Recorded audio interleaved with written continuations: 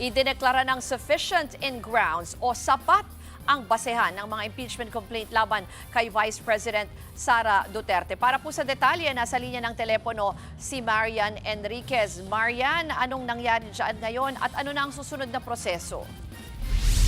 Ruth, uusad na nga sa hearing proper o pagdinig ng House Justice Committee ang dalawang reklamong impeachment laban kay Vice President Sara Duterte. Mabilis yung naging deliberasyon ngayong araw. Walang objection mula sa mga miyembro kaya inadopt ang mosyong ideklarang sapat ang basehan. Ito'y matapos matalakay na hindi naman sinagot ni VP Sara ang mga aligasyon sa pinadala niyang answer ad cautelum, kundi isang mosyon para ipabasura ang mga reklamo, bagay na ipinagbabawal sa House Rules on Impeachment. Nanindigan si Justice Committee Chairperson Jervy Luistro na binigyan ng sapat na oportunidad ang bise para sumagot sa mga aligasyon. Narito ang kanyang pahayag.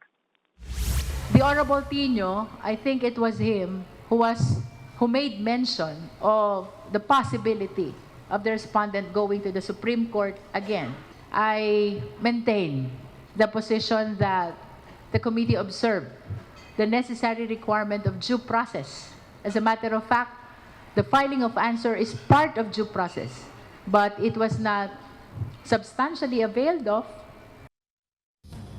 Ruth, tinagdangan ng komite na sa March 25 mag-uumpisa na ang pagdinig. Susunod na mga araw ng pagdinig ay ang April 14, 22 at 29. Ruth.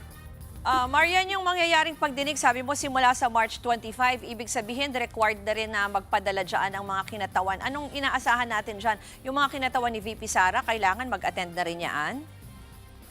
Actually, hindi nga yung kinatawan ni VP Sara. Ang hiling ng komite ay mismo si Vice President Sara Duterte o yung respondent po ang pupunta o dadalo nga dito sa pagdinig. Kasi Ruth, yung mga lawyers or legal counsel ay maaari lamang mag-assist. Hindi sila pwedeng yung mismong magpa-participate doon sa mismong committee hearing. Dapat po kasi may respondent at doon lamang mag-assist yung kanyang mga legal counsel. Na kay VP Sara na po yan, prerogative na po niya kung i-avail po niya yan, karapatan na ipagtanggol or i-depensa nga yung kanyang sarili. At bukod nga doon sa pag-iimbita ng mga ng mga respondent, complainant at witness, pag nag-reconvene yung komite, Ruth, pag-uusapan din yung motion ni Akbayan Party List Representative Shel Jokno tungkol doon sa protective custody ng umano'y bagman ni VP Sara na si Ramil Madriaga at mga pinasasabina ng mga documents kahit gaya nga ng SALN at bank records ni VP Sara. At yun nga, imbitahan yung mga complainant, mga testigo, at yung respondent na sa VP Sara. At paglilinaw ni Luistro sa hearing proper,